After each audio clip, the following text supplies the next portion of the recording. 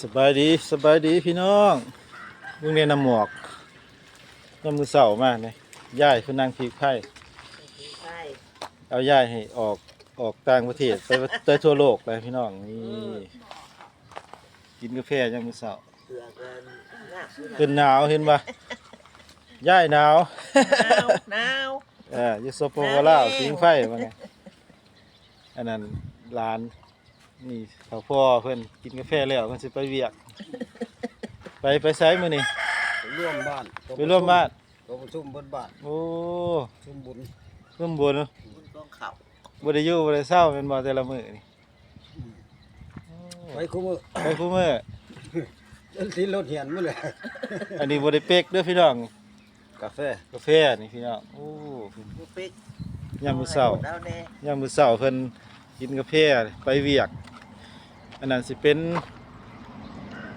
ต้นมะฮุ่งพี่น้องพวกเนี้ยสูงกว่าต้นเสาเลย